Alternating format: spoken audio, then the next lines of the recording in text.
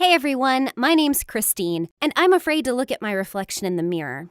It's not that I'm not satisfied with my appearance. On the contrary, I adore how I look. Moreover, I am very proud of myself. It runs in the family. The problem is that everything in our house is made of mirrors, and I seem to be starting to lose my mind because of the infinite reflections of myself. I'm going to tell you about how I live in the world of mirrors. Since childhood, my mother dreamed of becoming a model, and all her efforts were aimed at improving her appearance. She still managed to get to the catwalk, and from the age of 14, she had dropped out of school and started to appear in various television commercials and participate in fashion shows. Her parents saw their daughter's huge success and fat fees, so they never stood in her way, although they asked her to complete her schooling at least. A few years later, my mother realized that she wanted not just to demonstrate the clothing of some couture, but also to create it personally. Her experience in the modeling world was enough to understand the fashion trends, but still she did not know the process of creating the new clothes with her own hands. However, she managed to master this skill easily in special courses, and a year later, she represented the world with her own small dress collection. She not only created and sewed the dresses from the collection with her own hands, but also showed them herself.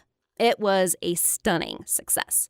My mother became a very rich lady, and therefore she was really proud of herself. Let's just say she truly enjoyed herself. She was talented, clever, beautiful, and rich. It could seem that she had nothing to dream of anymore. But right at the peak of her popularity, my mother realized that she wanted her own family. My parents didn't manage to create a loving family, and divorced before I was born. Still, from that marriage, Mom got me. I was her exact copy, who took over from her not only her appearance, but also her character. And that's why my mother adores me, but no more than herself, of course. In my childhood, I thought that I lived in the same way as any other child. But later, I understood that my life was different from everyone else's lives. It turned out that my mom was actually a very cool and fantastically beautiful woman. Well, she was really fond of herself, but it was not a crime, was it? However, I inherited her pride as well. I really liked myself, and am pleased with myself in all aspects.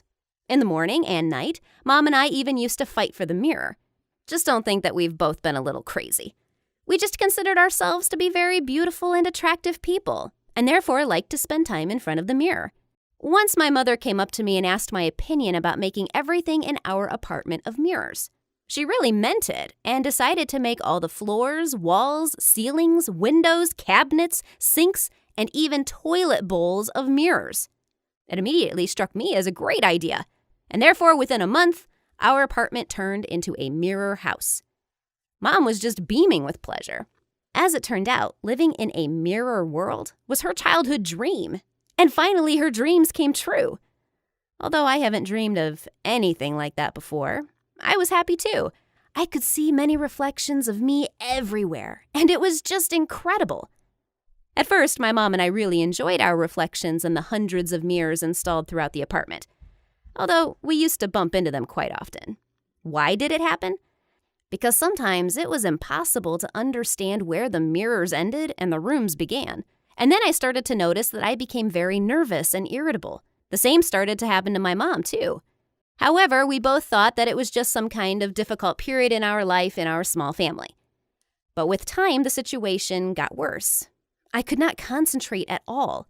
I saw mosaics of my reflections everywhere, and each of them had different facial expressions. It started to scare me and drive me crazy. The same situation was with my mom. She lost her former working capacity, and her business began to suffer serious losses.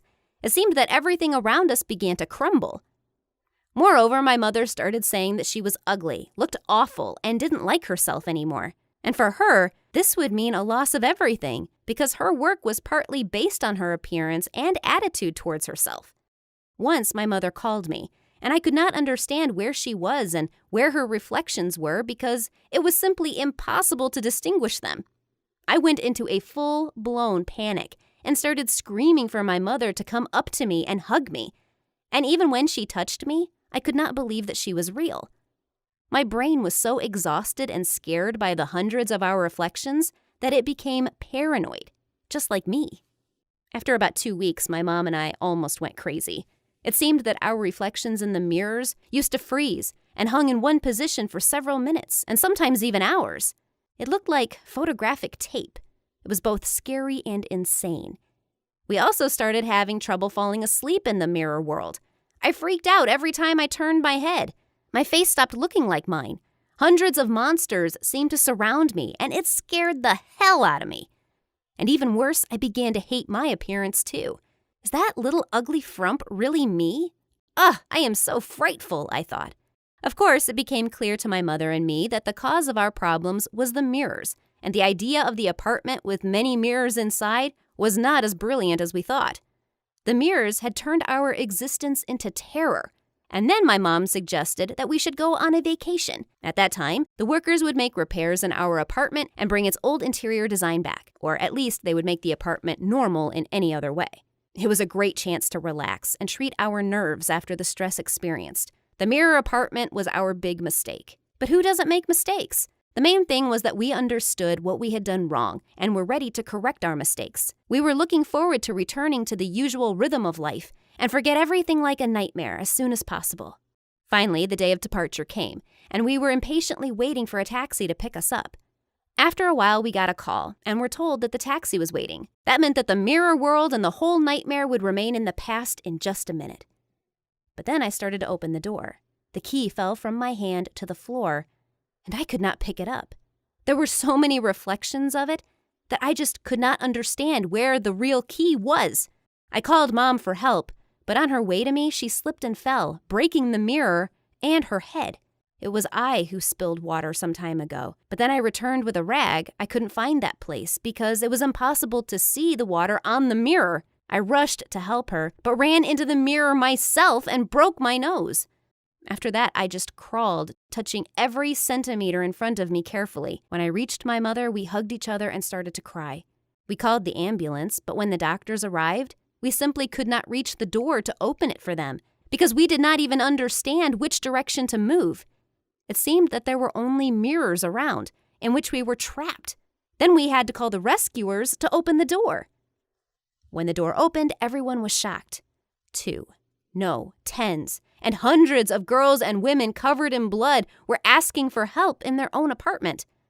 The police used a laser to find a place where the beam would not be reflected. They found us and pulled us out of the maze.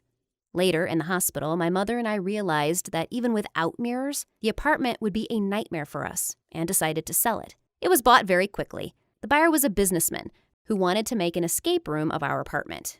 We agreed and began to look for a new home. Fortunately, we found an apartment in the house right opposite my mother's office quite soon. Mom and I went on vacation, and we headed off to a country mountain house, where we learned to live in an ordinary house again. Over time, we managed to return to normal life, but I'm still afraid of mirrors. So in the new apartment, we have just one large mirror in the bathroom. Our apartment became a very popular escape room. Recently, one of my friends said that she wanted to spend her birthday there. She invited me, saying that she would be offended if I refuse. Do you think I should go there and face my former fear in order to finally overcome it? Or would I have a nervous crisis from such memories? I'm waiting for your answers in the comments. Leave a like and subscribe to our channel so as not to miss new stories.